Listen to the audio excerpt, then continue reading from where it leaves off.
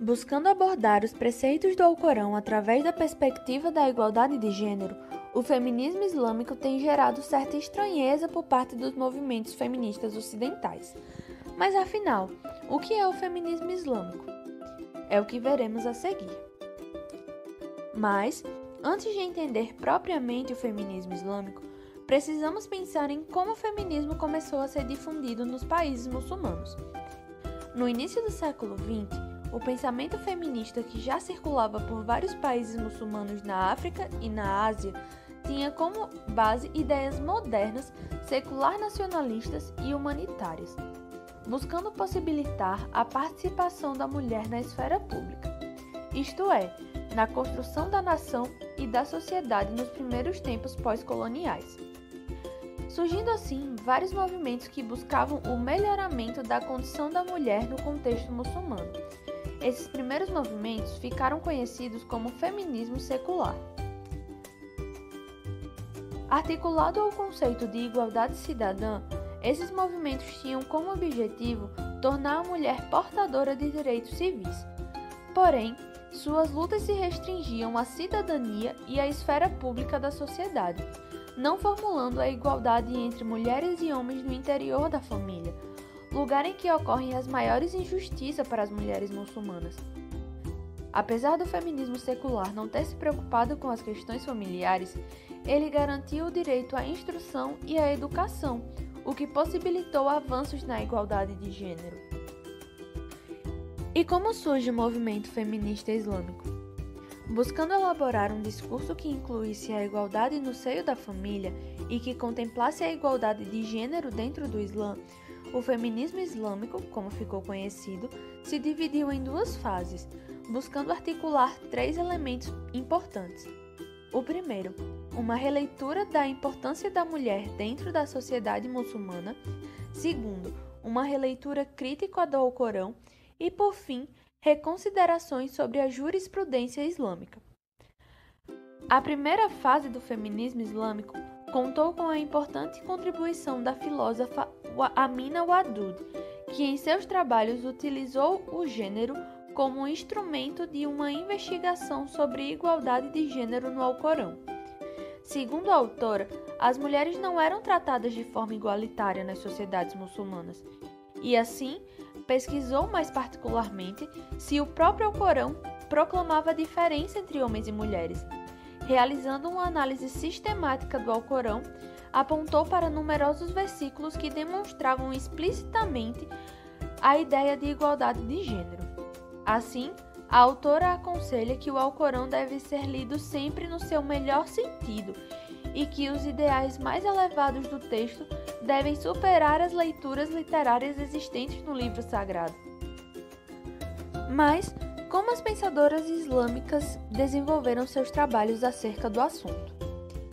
Wadud busca combater a corrente patriarcal, advertindo que a maioria das mulheres muçulmanas precisava de uma nova forma de pensar o modelo islâmico de igualdade, como também acompanhar as mudanças no campo jurídico, em favor da igualdade entre homens e mulheres em questões sensíveis como casamento, pensão, violência doméstica e entre outros. O pensamento da autora atraiu mulheres muçulmanas de diversas partes do globo, orgulhosas em desconstruir e logo em aceitar uma versão igualitária do Islã, pronta para substituir a versão patriarcal que lhes foi entregue. Uma década depois, Wadud ter defendido a igualdade de gênero com base no Alcorão, outra teórica feminista, Asma Barlas, publicou o livro Mulheres que Acreditam no Islã, Interpretações Patriarcais Não Lidas do Alcorão, que discutia se o Alcorão é um texto patriarcal. Através de uma interpretação textual cuidadosa e engajada em análises desconstrutivas, a autora demonstra que o Alcorão não deve ser lido como um texto patriarcal, mas analisado dentro do seu contexto com busca de atualizações no tempo presente. Assim, ambas as autoras tiveram o cuidado de contextualizar os textos corânicos, demonstrando que as normas e práticas patriarcais existentes na época e no lugar da revelação do Alcorão persistiam à medida que o Islã se expandia e foram absorvidas nas posteriores interpretações do livro sagrado. Como as mulheres islâmicas buscam reformular o pensamento tradicional? A segunda fase busca ir em direção ao pensamento fora da caixinha, que sublinha a importância de se ler o Alcorão não simplesmente como um texto fixo, mas com uma palavra ou um texto em processo, como também procuravam mudanças jurídicas em prol de um modelo igualitário de família, criticando o modelo tradicional. A primeira década do século XXI ocorreu um afastamento da leitura religiosa racional entre algumas estudiosas ativistas. As novas leituras do Alcorão sublinham a importância de ler não simplesmente como um texto fixo, mas como um texto em processo. Segundo as autoras, existem certas práticas que ocorreram na época e no local da revelação, as quais o Alcorão tolerou e controlou ao invés de imediatamente erradicar. Tornaram-se mais tarde inaceitáveis, como por exemplo a escravidão.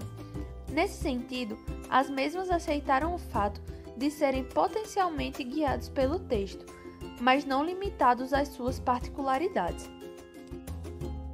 Enquanto algumas estudiosas ativistas têm privilegiado dedicar-se a novos trabalhos interpretativos, outras têm concentrado seus esforços na análise da jurisprudência islâmica, visando promover o islamismo igualitário, com o objetivo de legitimar as leis muçulmanas estatais, buscando promover leis em favor das mulheres dentro das famílias muçulmanas, conhecidas também como leis do Estatuto Pessoal, em prol de um modelo mais igualitário.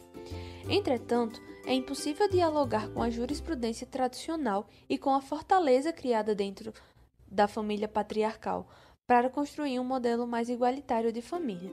Assim, a antropóloga jurídica iraniana Ziba Mir Hosseini defende uma nova jurisprudência, argumentando que o fiqh tradicional foi construído numa época patriarcal em que as práticas igualitárias não eram normas. Assim, é necessário construir uma nova jurisprudência.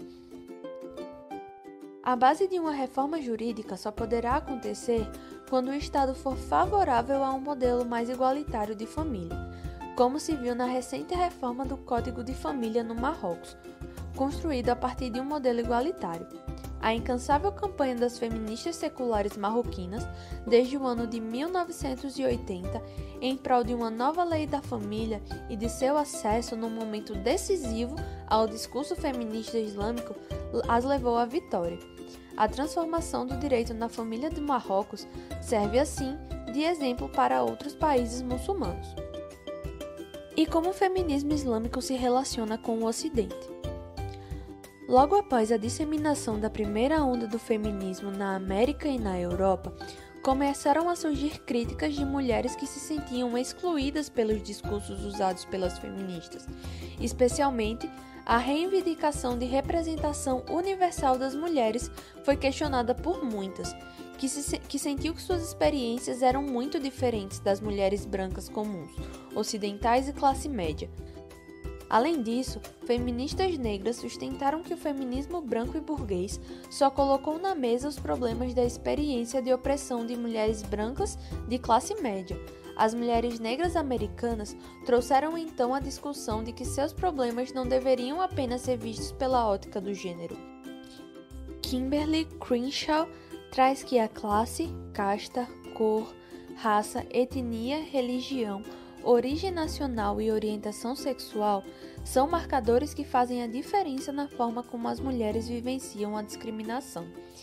E a discriminação racial é frequentemente marcada pelo gênero. Sendo assim, se faz necessário a inclusão de toda a perspectiva para a análise e não apenas ser absorvido pela perspectiva de gênero. Então, a construção da interseccionalidade é uma conceituação do problema que busca capturar as consequências estruturais e dinâmicas da interação entre dois ou diversos eixos de subordinação. Além das feministas negras, outro grupo de feministas, como as feministas marxistas, lésbicas, pós-coloniais e europeias, também analisaram as questões entre os diferentes sistemas de opressão, como capitalismo, sexualidade, nacionalismo e gênero. Dito isso, podemos pensar no feminismo islâmico e da rejeição do termo feminismo. No primeiro momento, deve-se considerar o fato de que as relações entre feministas e mulheres islâmicas serem bastante instáveis, ora de tolerância, ora de extrema rivalidade, em que as feministas acusaram as islâmicas de ativismo reacionário e conservador e de apoio a concepções fundamentalistas de subordinação da mulher, enquanto as islâmicas acusavam o feminismo de se associar ao Ocidente, ao colonialismo dominante e à religião judaico-cristã, além de acusá-lo de imoral. Nesse sentido, as primeiras gerações rejeitavam o termo feminismo, como, por exemplo, a conservadora Qazvin, nascida em 1936, que se mostrou contra o conceito de feminismo, pois o considerava um instrumento ocidental. O feminismo islâmico é o primeiro discurso feminista de base teológica a produzir uma ampla receptividade, atraindo mulheres de diversas camadas sociais. A espinha dorsal dessa metodologia é a prática do tafsir, comentário sobre o Alcorão. Além do Alcorão, também são objetos de releitura as ahadith, dizeres e ações do profeta Muhammad, e a fiqh, a jurisprudência islâmica. Com a reformulação do pensamento teórico, que dá a base à luta pela igualdade de gênero na esfera pública e privada, as feministas islâmicas reafirmam sua fé e buscam romper com o modo patriarcal de se conceber o Islã. A perspectiva feminista também deve ter cuidado para não julgar a religião em si como opressor para as mulheres, sem ouvir as diferentes vozes de mulheres reais de todo o mundo, que estão divididas entre as suas identidades como mulheres e seus lugares nas comunidades religiosas, como afirma Elina Vuola. E com ferramentas de análise, como a igualdade de gênero e a interseccionalidade, é possível superar o orientalismo e entender melhor a luta das mulheres muçulmanas em busca de mudanças em sua sociedade e religião.